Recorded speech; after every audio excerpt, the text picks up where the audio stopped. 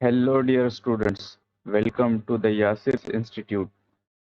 तो स्टूडेंट्स आज हम डिस्कस करने वाले हैं प्रीवियस ईयर जो वेक्टर से रिलेटेड क्वेश्चन पूछे गए थे नीट एग्जाम में। तो वो लास्ट 10 इयर्स के क्वेश्चन हम डिस्कस करेंगे। तो दोस्तों ये बहुत ही सिंपल सा टॉपिक है और इसका जो है तो वेटेज 1 to 2 क्वेश्चंस पूछता है हर साल। तो बेसिकली ये बिलोंग करता है motion in a plane chapter से। तो हम देखने वाले हैं जो बेसिक वेक्टर्स के कंसेप्ट है उससे या फिर उस कंसेप्ट का यूज करके सिंपल फार्मूला लगा के किसी और चैप्टर से जो क्वेश्चन पूछा उसके बारे में। तो चलिए स्टार्ट करते हैं। तो हमारे सामने ये क्वेश्चन है सबसे पहले 2010 का। इसमें क्या बोल रहा, 6 vectors a through f have the magnitudes and direction indicated in the figure. Which of them following statement is true? तो ये 6 वेक्टर्स दिया है, बोल रहा है कि कौन सा स्टेटमेंट ट्रू है, मतलब कि ए और बी सॉरी बी और सी का रिजल्टेंट क्या एफ है, डी और सी का है, या डी और ई का है, या बी और ई का है। तो चलिए हम इसको एक एक से ऑप्शन पुट करके देखते हैं। तो मैंने क्या किया, अगर वेक्टर सी और वेक्टर बी ऐसे इनके टेल टू टेल ज्वाइन किया क्योंकि मुझे रिजल्टेंट निकालना है। तो अगर मैं देखूं बी और सी का रिजल्टेंट इस डायरेक्शन में जाएगा, yes it will be more closely in the direction of b, क्योंकि b का मैग्नीट्यूड ज्यादा है तो इस साइड में झुका होगा। तो ये f की तरह तो नहीं दिख रहा, देखो हमको f इधर जा रहा है। तो हमको चेक ये करना पड़ेगा कौन से दो वेक्टर्स का रिजल्टेंट सिमिलर टू f है। तो चलिए देखते। तो b प्लस सी का तो नहीं हो रहा है। नेक्स्ट ऑप्शन अगर हम देखेंगे c प्लस डी, तो ये c वेक्टर हमने रखा, ये d वेक्टर, तो c प्लस डी का रिजल्टेंट इस डायरेक्शन में जाएगा। ये भी f के जैसा नहीं है, f तो जा रहा है भाई हमारा इस डायरेक्शन में, लेफ्ट साइड थोड़ा सा। तो अगला ऑप्शन अगर हम देखें d प्लस ई का, तो ये हमने रखा वेक्टर d और ये वेक्टर e।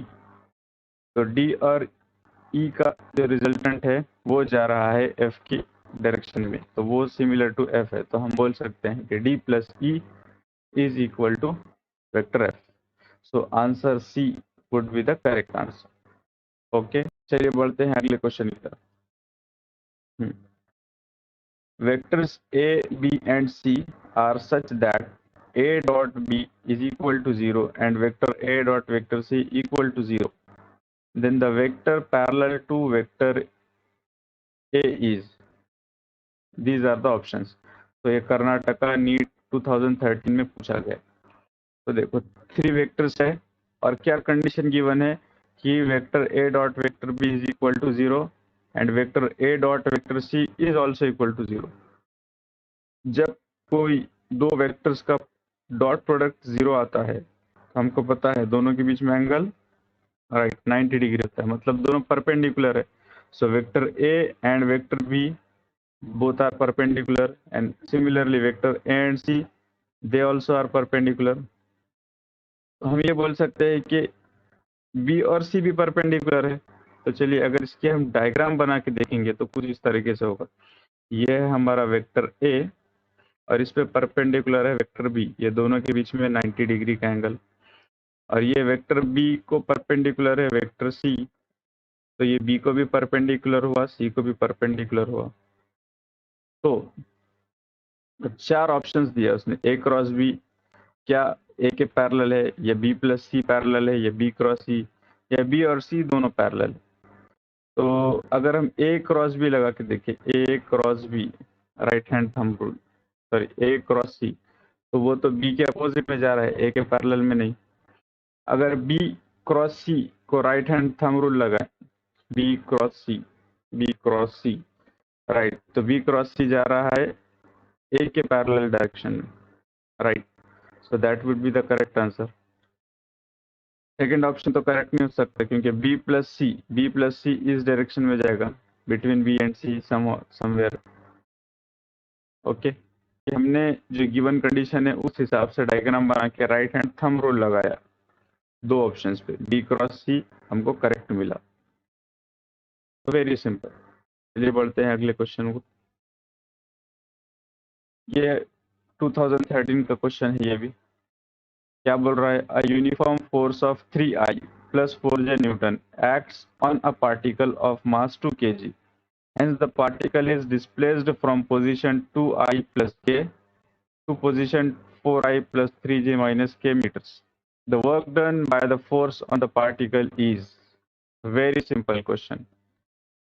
हमको मालूम है वर्क डन का formula F dot S, force और डिस्प्लेसमेंट के डॉट प्रोडक्ट से निकलेगा, राइट।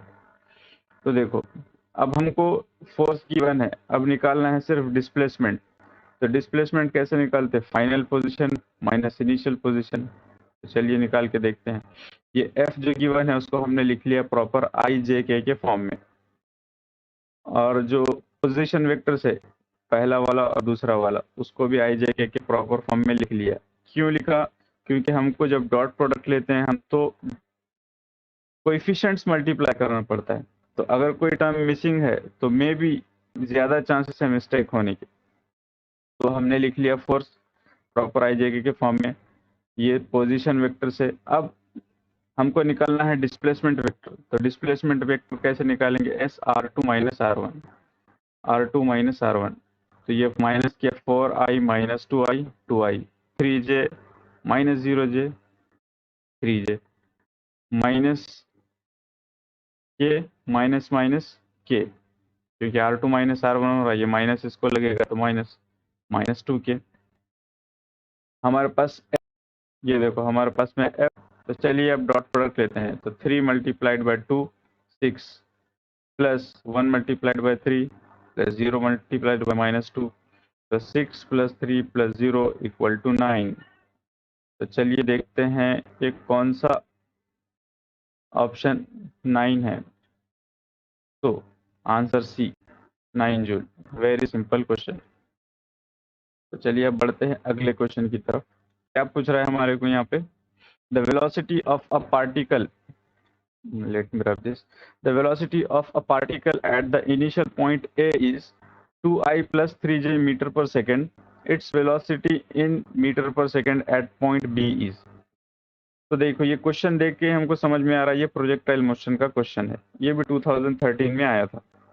देखो तो एक बात अगर हमको बेसिक कंसेप्ट प्रोजेक्टाइल मोशन का याद है तो यहाँ पर 50% चांसेस हमारे बढ़ जाएंगे आंसर करेक्ट आने के।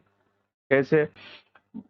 जब प्रोजेक्टाइल को प्रोजेक्ट किया जाता है तो प्रोजेक्टाइल मोशन, जब प्रोजेक्टाइल मोशन होता है तो पार्टिकल की या बॉडी की या जो ऑब्जेक्ट है उसकी हॉरिजॉन्टल वेलोसिटी चेंज नहीं होती, सिर्फ वर्टिकल वेलोसिटी चेंज होती है, राइट। तो अब देखो horizontal velocity is along x axis. तो एक्स एक्सिस पे जो वेलोसिटी है उसको रिप्रेजेंट कर रहा है 2I, तो वो चेंज नहीं होने वाली है। तो गिवन क्वेश्चन में 2I है तो मतलब आंसर में भी 2I आने वाली है। तो या तो आंसर ए हो सकता है या बी, ये दो निकल गए, सी और डी। तो हमारा 50-50 चांसेस हो गए आंसर करेक्ट आने। तो चलिए अब देखना है हमको आंसर करेक्ट कौन सा है, बी, ए और बी में से। तो देखो यहाँ पे एक्स डायरेक्शन की वेलोसिटी 2I है, वाई डायरेक्शन की 3J हमने ड्रॉ कर लिया। तो जैसे जैसे प्रोजेक्टाइल आगे जाएगा horizontal velocity will be constant, only vertical velocity will change, ये चेंज होगी। तो जब प्रोजेक्टाइल आगे बढ़ता है मैक्सिमम हाइट तक जाने तक उसकी वर्टिकल वेलोसिटी डिक्रीज होती है। फिर जब मैक्सिमम हाइट से उसका डिसेंट शुरू होता है तो वर्टिकल वेलोसिटी इंक्रीज होती है, लेकिन in the opposite direction of the previous. तो देखो पहले प्रोजेक्टाइल जब फेंका था तो वर्टिकल वेलोसिटी का डायरेक्शन ऊपर की तरफ था अलोंग पॉजिटिव वाई एक्सिस। जब प्रोजेक्टाइल आकर नीचे गिरा तो हॉरिजॉन्टल वेलोसिटी तो चेंज नहीं हुई, तो वर्टिकल वेलोसिटी का डायरेक्शन रिवर्स हो गया। पहले अपवर्ड था, अब एग्जैक्टली उसके उल्टा है। पॉजिटिव वाई एक्सिस पे था, अब निगेटिव वाई एक्सिस पे है, मतलब -3J।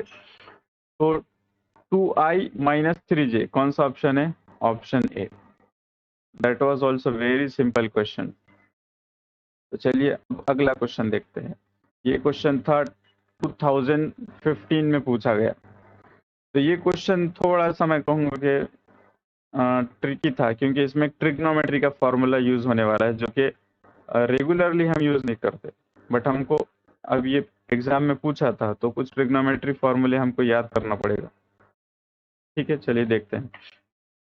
If vector A is equal to cos omega T I plus sine omega T J and vector B cos omega T by two I plus sin omega t by 2j are functions of time, the value of t at which they are orthogonal to each other। बोल रहा दो vectors है जो time dependent है, मतलब जैसे जैसे यहाँ पे टाइम की वैल्यू टी की वैल्यू बदलेंगे हम, तो ये वेक्टर्स की जो है वैल्यूज चेंज होंगे, राइट। क्योंकि अगर यहाँ टी 1 होगा तो कुछ और होगी एक आंसर, 2 होगा तो कुछ और होगा, 0 होगा तो कुछ और होगा, तो ये टाइम डिपेंडेंट है। तो ऐसा टाइम की कौन सी वैल्यू है जिसके ऊपर दोनों एक दूसरे को परपेंडिकुलर है, ऑन विच वैल्यू। ओके, तो चलिए इसको देखते हैं। पहले हमने वेक्टर्स को लिख लिया प्रॉपरली, वेक्टर ए और वेक्टर बी दोनों के वैल्यूज लिखे, और बोल रहा है कि ये दोनों ऑर्थोगोनल है। तो ऑर्थोगोनल को other in other words they are perpendicular. तो जब दो वेक्टर परपेंडिकुलर होते हैं तो उनका डॉट प्रोडक्ट होता है 0। तो हमने लिख लिया a dot B equal to 0। क्यों? क्योंकि it is given in the question. तो चलिए अब डॉट प्रोडक्ट में हम क्या करते हैं, वी नो वेरी वेल, हम कोएफिशिएंट्स को मल्टीप्लाई करते हैं जिन दो वेक्टर्स का प्रोडक्ट हम ले रहे हैं। तो cos omega T into cos omega T T by 2, ये दो कोएफिशिएंट मल्टीप्लाई हुए आई आई वाले और जे जे वाले, sine omega T into sine omega T by 2 equal to 0। चलो अगर अब यहाँ पे हम थोड़ा सा गौर से देखें, अगर मैंने इसको मान लिया एंगल ए और ये इसको मान लिया ये एंगल को बी, कौन सा वाला, ओमेगा टी को ए और ओमेगा टी बाय 2 को बी, तो यहाँ पे भी ये ए होगा और यहाँ पे ये बी होगा, राइट। थोड़ी थिकनेस कम करेंगे। तो देखो cos A cos B plus sign A sine B, तो अगर हम देखें तो ये फॉर्मूला बनता है cos a माइनस बी का, cos a minus B equal to cos a cos b plus sin a sin b। तो यहाँ पे रिवर्स दिया है हमारे पास में, राइट साइड की कंडीशन है cos a cos b plus sin a sin b। तो अब ये कंडीशन से हमने क्या किया, इसको कन्वर्ट किया ये वाले फॉर्मूले में cos a माइनस बी के। तो cos of a minus B, A को हमने कंसिडर किया था ओमेगा टी और बी को ओमेगा टी बाय 2, राइट। तो cos ए की जगह ओमेगा टी, बी की जगह omega T by 2, cos omega T minus omega T by 2। तो देखिए ये 1 ओमेगा टी है और ये 1/2 ओमेगा टी है, तो एक में से आधा जाने पर आधा बचता है, ये माइनस कर लेंगे, सिंपल है ये, तो कोई इसमें मिस कॉम्प्लिकेशन नहीं है।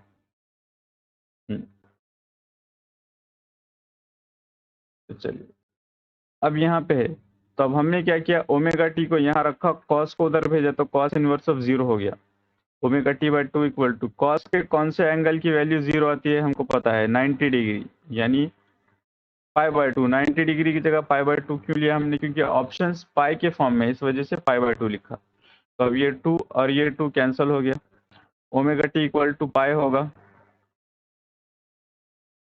एक second, omega t equal to, हाँ omega t equal to pi हो गया, राइट। 2 कैंसिल हो गया, तो टी को अगर हमने अकेला किया तो ओमेगा जाएगा पाई के डिनोमिनेटर में, तो t equal to pi by 2। इस टी की वैल्यू पे ए और बी परपेंडिकुलर हो गए। तो चलिए चलिए देखते हैं कौन सा आंसर है ये, ऑप्शन ए। तो option A would be the correct answer. थोड़ा सा लेंदी क्वेश्चन था, चलिए बढ़ते हैं अब अगले क्वेश्चन की तरफ। गिवन है force, a force is acting at a point r equal to 2i minus 6j minus 12 के, और फोर्स की भी वैल्यू दिया अल्फा आई प्लस 3j प्लस 6 के। The value of alpha for which angular momentum about the origin is conserve. F की value दिया, are की value दिया, फोर्स वहां पर एक्ट हो रहा है वो पॉइंट पे। अब बोल रहा है कि अल्फा की किस वैल्यू पे एंगुलर मोमेंटम कंजर्व रहेगा। तो हमको मालूम है भाई कंजर्वेशन ऑफ एंगुलर मोमेंटम क्या बोलता है कि भाई टोटल एक्सटर्नल टॉर्क अगर 0 रहा तो एंगुलर मोमेंटम कन्वर्ट रहेगा, ये कंजर्व रहेगा। तो अब हमको एंगुलर मोमेंटम कंजर्व है ये देखने के वास्ते पहले डॉट प्रोडक्ट निकालना पड़ेगा और उसको इक्वेट करना पड़ेगा, सॉरी क्रॉस प्रोडक्ट लेके उसको इक्वेट करना पड़ेगा 0 से। तो एफ की वैल्यू आर की वैल्यू लिखा हमने। For angular momentum to be conserve total external torque should be 0। तो टॉर्क कैसे निकालते हैं, पोजीशन वेक्टर, ये सॉरी परपेंडिकुलर डिस्टेंस दिया उसका जहां फोर्स एक्ट हो रहा, तो दोनों का क्रॉस प्रोडक्ट लेना पड़ेगा। तो हमने क्या किया, ये क्रॉस प्रोडक्ट किस तरीके से निकालते हैं, आई जे के डिटर्मिनेंट में लिख दिया। तो पहले आर के कोएफिशिएंट्स रखे, फिर एफ के इक्वल टू 0 रखा। क्यों, क्योंकि कंजर्वेशन ऑफ एंगुलर मोमेंटम की कंडीशन है कि torque equal to 0 should be. Next, तो चलिए अब ये हम कैसे मल्टीप्लाई करते हैं ये तो पता ही सबको। हमने आई रखा, आई को लिखा, फिर ये दोनों की मल्टीप्लीकेशन हुई, इन दोनों की 6 इंटू 6 माइनस 3 इंटू -2, फिर ये वाला कॉलम ये वाला रो छोड़ दिया, फिर 6 को मल्टीप्लाई किया 2 से, अल्फा को 12 से, फिर लास्ट में थर्ड वाला कॉलम थर्ड वाला रो छोड़ा, फिर सॉरी ये 3 मल्टीप्लाई हुआ 2 से, अल्फा मल्टीप्लाई हुआ 6 से। हम्म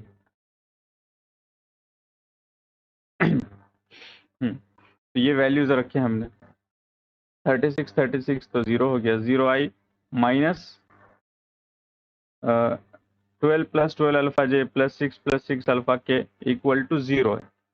तो अब मैं क्या करता हूँ, यहाँ पे मुझे कोएफिशिएंट्स को कंपेयर करना पड़ेगा अल्फा की वैल्यू निकालने के लिए। क्यों, क्योंकि अल्फा दो जगह आया, आई के साथ भी, सॉरी जे के साथ और के साथ। तो हमने क्या किया, ये जो 0 था इसको ऐसे लिखा, 0 आई प्लस 0 जे प्लस 0 के। क्यों, क्योंकि हमको कोएफिशिएंट्स कंपेयर करना है। तो देखो 0 इक्वल टू 0 ये तो लिख के कोई मतलब नहीं है। अब हम क्या करेंगे, जे के कोएफिशिएंट्स को इक्वेट करेंगे, 12 प्लस 12 अल्फा इक्वल टू 0, क्योंकि यहाँ पे जो जे का कोएफिशिएंट है उसको इधर के जे के कोएफिशिएंट से हम कंपेयर करते हैं। वैसे ही के कोएफिशिएंट को कंपेयर किया, तो ये -12 प्लस 12 अल्फा इक्वल टू 0। तो अगर हम अल्फा की वैल्यू कैलकुलेट करें तो ये आएगी -1, इस वाले पार्ट से भी और इधर से भी कैलकुलेट करें तो -1। तो कहाँ पे आया है -1 आंसर, तो -1 आंसर है आंसर सी। तो ये क्वेश्चन था 2015 का, जो कि रोटेशनल मोशन चैप्टर से आता है, system of particles and rotational motion.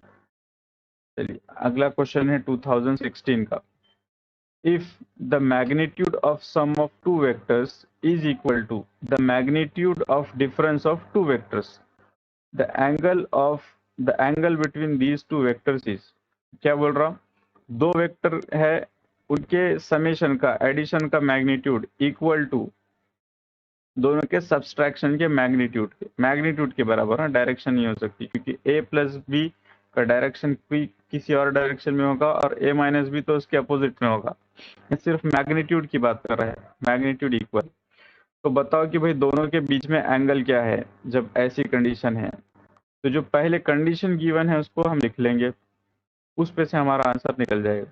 तो क्या बोल रहा, magnitude of A plus B, magnitude of vector A plus B equal to magnitude of vector A minus B, ये लिख लिया हमने।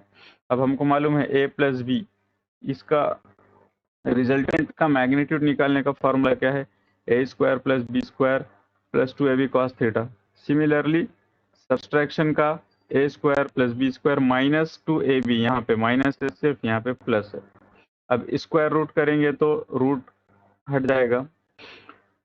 अब हम देखेंगे तो ए स्क्वायर यहाँ भी है यहाँ भी है, तो हम इसको कैंसिल कर सकते हैं क्योंकि ये एक साइड आने के बाद में प्लस ए स्क्वायर माइनस ए स्क्वायर कैंसिल होगा, सिमिलरली बी भी कैंसिल होगा। अब क्या बच गया, 2ab cos थीटा, और इधर था -2ab cos थीटा, तो उसको उठा के हमने इधर लाया इक्वल के, तो ये माइनस का था प्लस, और यहाँ से सब चले जाने के बाद सिर्फ बचा 0। ये 2ab cos theta 2ab cos theta add होके हो गया 4ab cos थीटा, तो ये ab जाएगा 0 के डिनोमिनेटर में, तो 0 डिवाइडेड बाय एनीथिंग 0, तो cos थीटा इक्वल टू 0। तो थीटा इस cos इनवर्स ऑफ 0, तो cos के कौन से एंगल की वैल्यू 0 आती है, 90 डिग्री। क्यों? ओके, यहाँ 90 क्यों लिया, क्योंकि देखेंगे अगर हम तो एंगल्स की वैल्यू डिग्री में है, और जो पिछला वाला क्वेश्चन था वहां पर हमने cos इनवर्स ऑफ 0 को π/2 लिखा था। क्यों? क्योंकि वहां पे ऑप्शंस पाई के फॉर्म में थे, तो ऑप्शंस भी देखना पड़ेगा हमारे को। ठीक है, तो ये दो वेक्टर्स के बीच में एंगल कितना है, 90 डिग्री, जिसकी वजह से दोनों के एडिशन का सम का मैग्नीट्यूड इक्वल टू डिफरेंस का मैग्नीट्यूड। चलिए, तो ये क्वेश्चन भी बहुत ही सिंपल था। Let me clear the screen. अब बढ़ते हैं आगे क्वेश्चन की तरफ, अगले क्वेश्चन की तरफ। ये भी नीट 2016 का है, जो फेज 1 था एग्जाम का, उसके अंदर, क्योंकि 2016 में 2 बार एग्जाम होता, फेज 1 और फेज 2। चलिए, क्या बोल रहा, a body of mass 1 kg begins to move under the action of a time dependent force 2t I cap plus 3t square j cap Newton, where I and j are unit vectors along x and y axis. What power will be developed by the force at the time t? Force दिया है और body का मास दिया है, right, मास दिया है और force दिया है, और पावर पूछ रहा है। तो पावर और फोर्स में क्या रिलेशन है, पावर और फोर्स में, right, power is equal to P equal to F dot V, या फिर करना पड़ेगा power force into velocity F dot V, ये डॉट प्रोडक्ट से निकलेगा। तो चलिए इसको करते हैं सॉल्व। मास 1 kg दिया, फोर्स दिया 2t I cap plus 3t square j cap newton. तो अब relation between power and force is this one, F dot V। तो अब हमको V निकालना है, तो V छुप के बैठा है फोर्स के अंदर। कैसा? According to Newton second law, F equal to ma। तो अब हमको क्या करना पड़ेगा, वो फोर्स से एक्सेलरेशन निकालना पड़ेगा, फिर एक्सेलरेशन से वेलोसिटी, फिर वो वेलोसिटी और फोर्स का डॉट प्रोडक्ट लेना पड़ेगा। तो चलिए पहले हम एक्सेलरेशन निकालते हैं फोर्स यूज करके। तो न्यूटन सेकेंड लॉ से एक्सेलरेशन आएगा F/m। F को हमने m से डिवाइड किया, तो m1 है तो कुछ फर्क नहीं पड़ा, उसके ऊपर एक्सेलरेशन मिल गया। अब एक्सेलरेशन से वेलोसिटी निकालना है तो हमको इंटीग्रेशन का यूज करना पड़ेगा। तो we have integrated acceleration velocity निकालने के लिए। तो चलिए, एक्सेलरेशन की वैल्यू ये आई थी 2t I cap plus 3t square j cap dt। अब इसको इंटीग्रेट करेंगे तो 2t square by 2 plus 3t cube by 3, according to integration formula आ गया। तो ये 2 2 और ये 3 3 कैंसिल हुआ, राइट। तो क्या बचा, t square I cap t cube j cap metre पर सेकेंड। ये आ गया हमारा वेलोसिटी वेक्टर, और ये है हमारा फोर्स, राइट। अब दोनों का डॉट प्रोडक्ट हमको लेना पड़ेगा। चलिए लेते हैं डॉट प्रोडक्ट।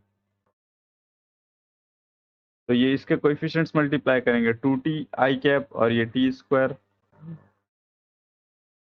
तो 2t into t, 2t cube, I into i dot i, तो 1 हो जाता है वो, 3t square into t cube, 3t raise to 5, तो पावर का यूनिट है वैट, तो 2t cube plus 3t raise to 5, ये option 2t cube 3t raise to 5 2t, तो ये है option B. Option B is the correct answer.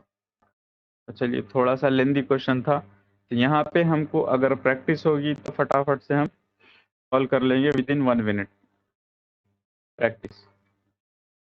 चलिए, अब ये नीट फेज 2 का क्वेश्चन है, again in the same year 2016। क्या बोल रहा है? a particle moves from a point minus 2i plus 5j to 4j plus 3k when a force of 4i plus 3j Newton applied. How much work has been done by the force? Simple question है यार, पहले भी किया हमने। सिर्फ displacement निकालना है दो पोजीशन वेक्टर से, और वो डिस्प्लेसमेंट और फोर्स का डॉट प्रोडक्ट लेना है, क्योंकि W equal to F dot S. चलिए करते हैं, ये दोनों को माइनस करते हैं। ये पोजीशन वेक्टर्स दिया, उसको प्रॉपर आईजेके के फॉर्म में लिख लिया हमने ताकि गलती ना हो। तो अब उससे हमारा पोजीशन वेक्टर निकल जाए डायरेक्टली, मैंने फॉर्मूले में लिख दिया। ये फोर्स है, ये डिस्प्लेसमेंट कैसे आया? -2 +2 हो गया। 4 - 5 क्या हो गया? -1। 3 - 0 3। तो अब दोनों का डॉट प्रोडक्ट लेंगे। 4 × 2 8, 3 × -1 -3, 0 × 3 0, 8 - 3 is 5, so 5 joule would be the correct answer. 5 joule is answer C.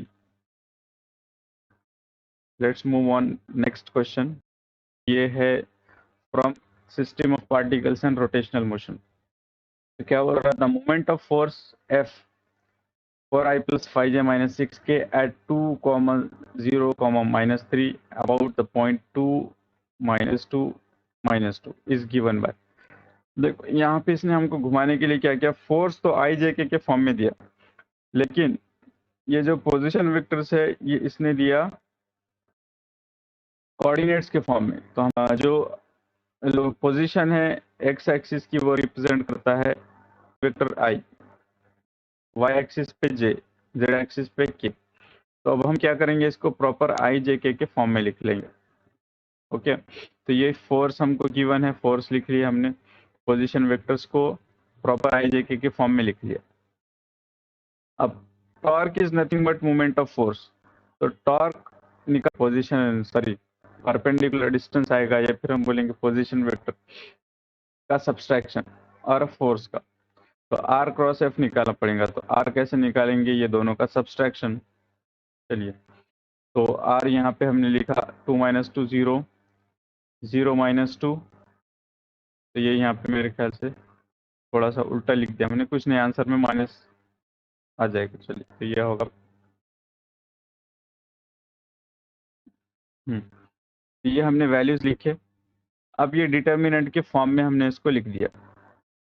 तो चलिए अब क्या करेंगे? पहला रो पहला कॉलम को हम स्किप करके ये मल्टीप्लाई करेंगे। -6 - 2 12, -5 × 1 -5, -j पहला रो, ये वाला रो, ये वाला कॉलम छोड़ दिया।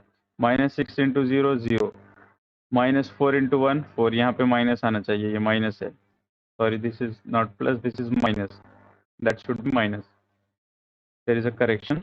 ओके, सो लास्ट में ये कॉलम और ये रो छोड़ दिया, मल्टीप्लाई करेंगे। 5 × 0 0, 4 × 2 4 × -2 -8, और यहाँ पे जो माइनस आता है ये प्रोसीजर में, वो माइनस माइनस प्लस हो गया। तो 12 - 5 7i, ये माइनस माइनस यहाँ पे हो जाएगा +4j -8k। तो ऐसा ऑप्शन तो हमारे पास में नहीं है, 7i + 4j + 8k। तो हमने क्या किया? R1 - R2 करने में थोड़ा सा ऊपर नीचे हो गया। तो ऐसा आंसर है हमारे पास में डी के पास में। देखो जो सबके सब माइनस आ रहे,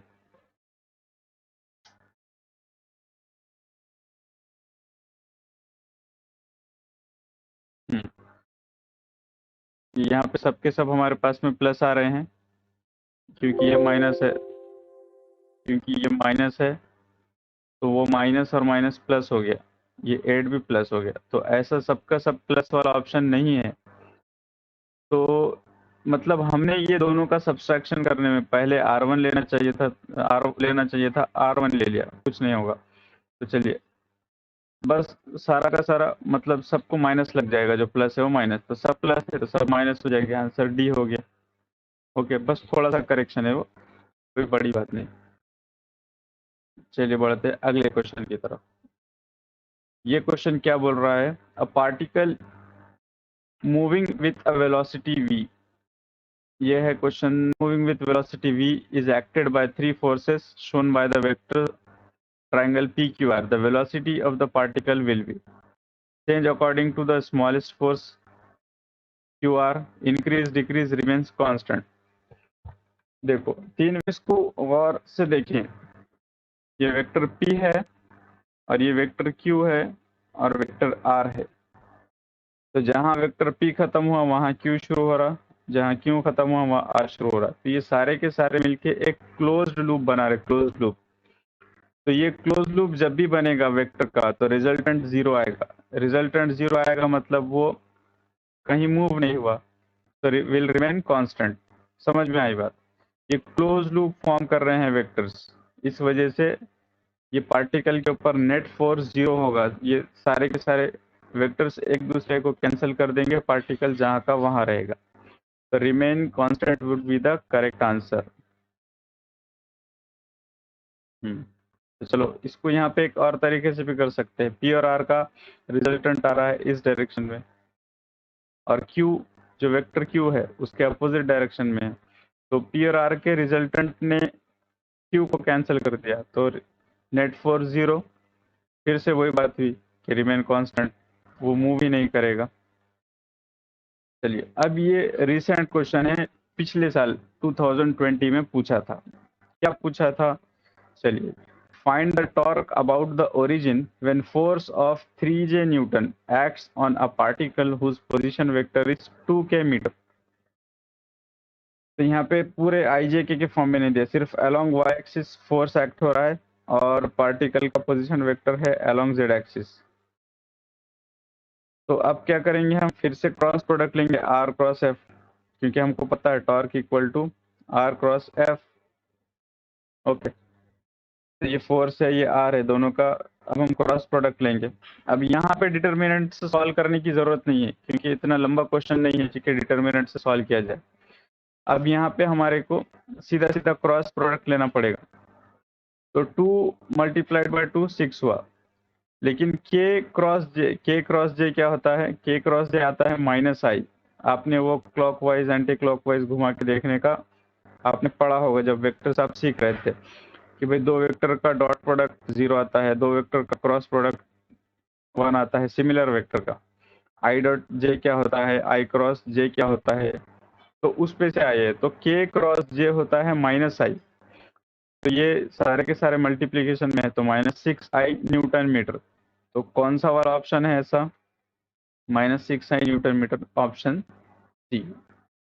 तो ये थे दोस्तों लास्ट 10 इयर्स के जो वेक्टर से रिलेटेड क्वेश्चंस आए थे वो। तो बहुत ही सिंपल चैप्टर है, इसको आप फिर से एक बार देखिए, रिवाइज कीजिए। अगर कोई डाउट है आपको तो कमेंट सेक्शन में आप पूछ सकते हैं, your question will be answered. तो थैंक यू वेरी मच देखने के लिए। इसी तरह सब्सक्राइब कीजिए। Thank you very much.